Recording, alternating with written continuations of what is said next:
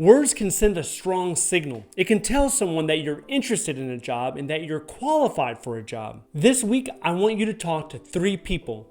Either a person that has a job that you want, maybe it's your dream job, or a person that works for an agency or a company that you want to work in.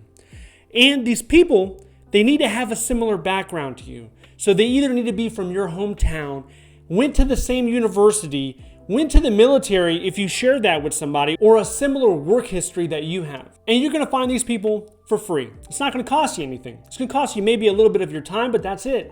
And once you find them, you're going to construct a well-crafted message and you're going to send it to them.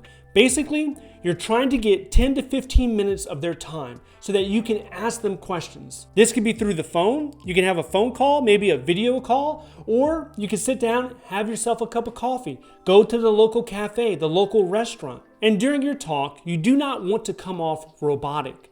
You want to treat the other individual like a human being, show some interest, be genuine, but you have to ask the right questions. The first question could be, what do you like about the agency or company that you're in? I did this when it comes to the USPTO, the U.S. Patent and Trademark Office. I asked people, how do you like this agency? First guy told me, I love it. It's amazing. You should try to work here. Second guy, he was a veteran. He's like, this is the best job I ever had. And I was like, oh, wow. And then the third guy, you have to work here. You got to come work here. This is the best. So 3 positive reviews, and it started, the first could be a fluke, right? The first one could just be that person's experience. But the second and third one, that just kind of reaffirms what I already thought about the agency. Another question could be, what do you like or dislike about your position? The position that you want or that you think you want, it looks amazing from the outside. But in reality, when you get in there, you find out, oh, I have to travel a week every month. I'm always on the road. You might not like that. There's quotas that you might have to meet and match. That could be stressful. You might not like that. You don't know this unless you ask somebody. Another question is, what is a typical day like in this position? I talked to an engineer recently, and you would think an engineer at work, they're doing engineer tasks. Well, this guy told me only 40% of his day was actually focused on engineer tasks. The other 60%, it was meetings and emails. So once again, to get a better understanding of that position, do you even want it? You need to ask some of these questions. The next set of questions you want to ask, it falls under the advice category. These questions could be, what additional skills or experience would make me competitive for this position? And you want to try to get actionable advice. Don't get generic broad stroke advice. What can you actually do? And if the person tells you, you need to go out and do X, Y, and Z, like let's say you want to be a project manager. Bob is a project manager. I'm going to hook you up with Bob, and I want you to talk to Bob, ask him about what it takes to be a project manager. That's an actionable step. That's something that you can go out there and you can do. You can strike up a conversation with Bob.